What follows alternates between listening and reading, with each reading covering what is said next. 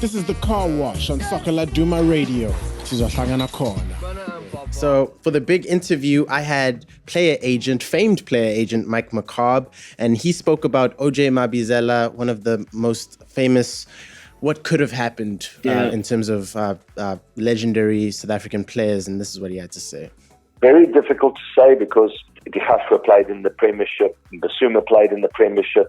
I don't even want to talk about Mabizela. Probably the most talented player I've ever laid my eyes on. Straight from Orlando Pirates into the starting lineup at Tottenham Hotspur at the age of 22 or 23 years old. Played on the biggest stage in the world in the EPL, and therefore he has to be probably the most exciting player that we've managed. Exciting, but obviously didn't realise his full potential. Later in that interview, he also spoke about this one battle that he had with Cristiano Ronaldo. And the way Mike McCobb says, he essentially put Ronaldo in his pocket and, kept him quiet the entire game. And I think it's possibly the biggest disappointment we've had in a player of that caliber in this country. I think maybe you could say Collins and Basuma after that 25-goal season, but I think Mabizela, especially scoring on debut, we were all excited, I think. Yeah, look, I agree. We have some incredible talents. Maybe it's the most talented one he's managed. There's so many stories about Mabizela and what went wrong over there. When he was in the UK, considering where he's come from, it might have been an option to put a minder with him and stay with him and just show him the way, as opposed to send him. I know hindsight is 20/20 vision, but that might have helped. If I'm not mistaken, on debut they played him as a defensive midfielder as opposed to a central defender, and I think he scored from about 35 yards out. It was goal of the month in the English Premier League at that stage. So he was definitely good enough to be there. In terms of the Ronaldo story, United actually went to Sporting to play a friendly there, if I'm not mistaken.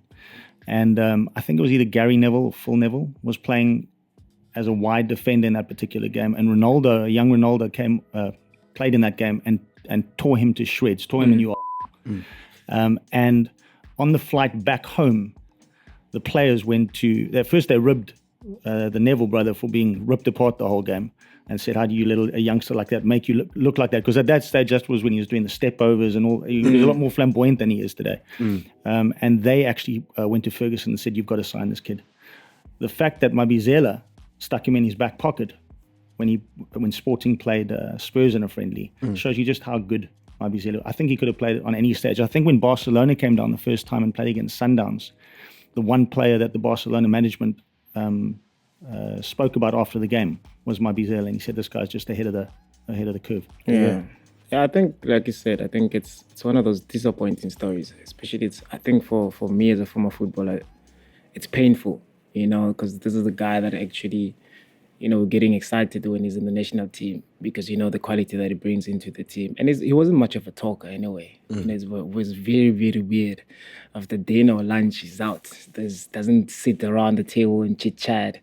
And he had that kind of character, but when he's on the pitch, he's a beast. I like that about him, and it's just unfortunate that it didn't work out. But I mean, it was fantastic when I was watching him growing up, especially when he played for Orlando Pirates. It was always amazing to see how calm he is, how mature he is at the young age that he was. But I just hope that one day he'll be able to tell his side of the story. I think that would be great, actually, because now we're hearing what Mike is saying, what everybody's saying. Like, he has to actually tell his side of the story, what happened, so that other guys as well can learn from what he went through, Yeah, so it's like, I think on the very first episode of the Car Wash, you mentioned that older players don't reveal their stories. They don't talk much. And a lot of these younger players don't get to learn those lessons and kind of repeat the same mistakes history tends to repeat. I think we don't have to wait for 20, 50 years to actually tell our stories. The fresher it is, I think the better it is. I mean, these young boys that are playing right now, they need to understand, what is it that they have to face, or what is it that they might even go through, And I feel like if we also had an opportunity to hear certain things from the guys that played before me,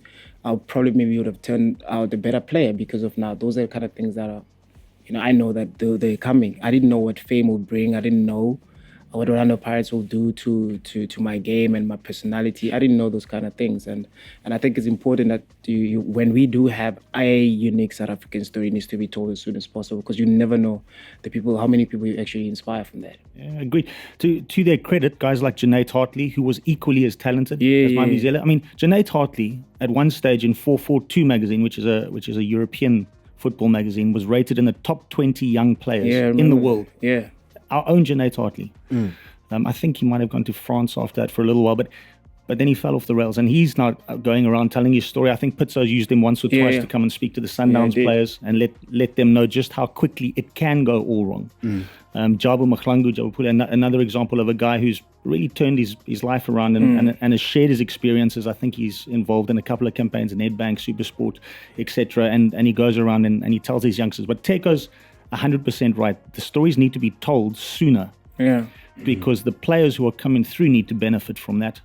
It can't be told 20 or 30 years later. So if old John is listening to this, give us a call. Let's get you on the car wash. Let's tell your story. Let's help the next generation. Definitely. This is the Car Wash on Laduma Radio. Sizohlangana khona.